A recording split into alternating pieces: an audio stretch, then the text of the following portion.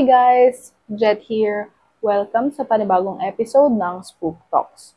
Quick disclaimer lang guys, hindi ko po pagmamayari o personal na experience ang kwentong to. Kung isa ka sa mga laging nakakatanggap ng calls from unknown number tuwing this oras ng gabi, mas mabuti nang huwag mo muna silang sagutin. Okay, so start na tayo. May isang lalaki, tawagin na lang natin siya sa pangalang Rico. Night shift worker siya sa Makati. Call center. Sanay na siya sa puyatan, sanay na siya sa mga weird na oras. Tulog siya madalas tuwing tanghali at gising naman siya kapag karamihan sa atin ay tulog na. Normal lang na gabi to. Break time niya, around 3 a.m.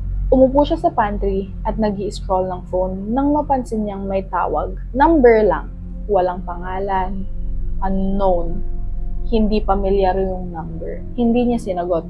Baka wrong number, di ba? Pero ilang segundo pa lang, tumawag ulit. Same number. This time, sinagot niya. Tahimik, walang boses, walang background noise. Akala niya prank, kaya binaba niya. Pero bago niya ma-end, may narinig siyang mahina. Rico. Sabay click. Kinilabutan siya. Baka tropa lang niya to. Pero pag-check niya ng call log, walang record. Walang call history. As in wala. Bumalik siya sa trabaho, nag-take ng calls. Tapos umuwi ng umaga. Pagpasok sa kwarto, pagod, kaya nakatulog siya agad. Mga tanghali, nagising siya sa tunog ng cellphone niya. Same number. Tiningnan lang niya, hindi niya sinagot. Pero ayun ulit, Rico. Mahina galing sa speaker ng phone niya kahit hindi niya sinagot.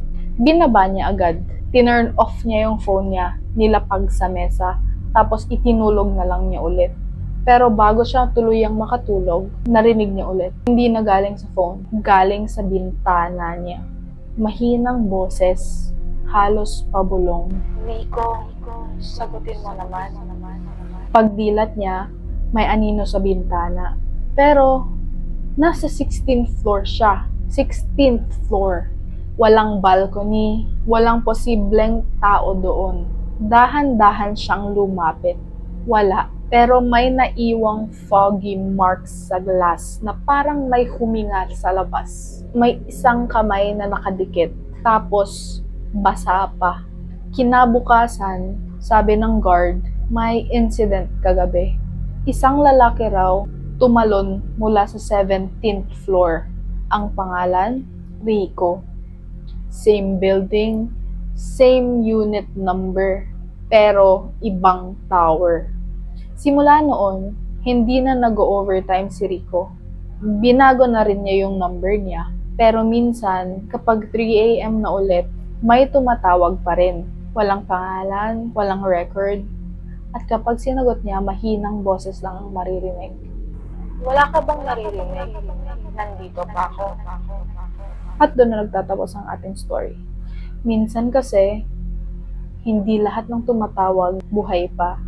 At yung numero na hindi mo matrace, baka hindi lang unknown, baka unreachable na talaga. Ikaw ba? May naranasan ka ng ganito? Tawag, chat, o message na galing sa taong dapat wala na. Share mo naman sa comments. Baka yan na yung next Spook Talk story natin. Like, share, and follow for more creepy stories. And subscribe here on Talks by Jet.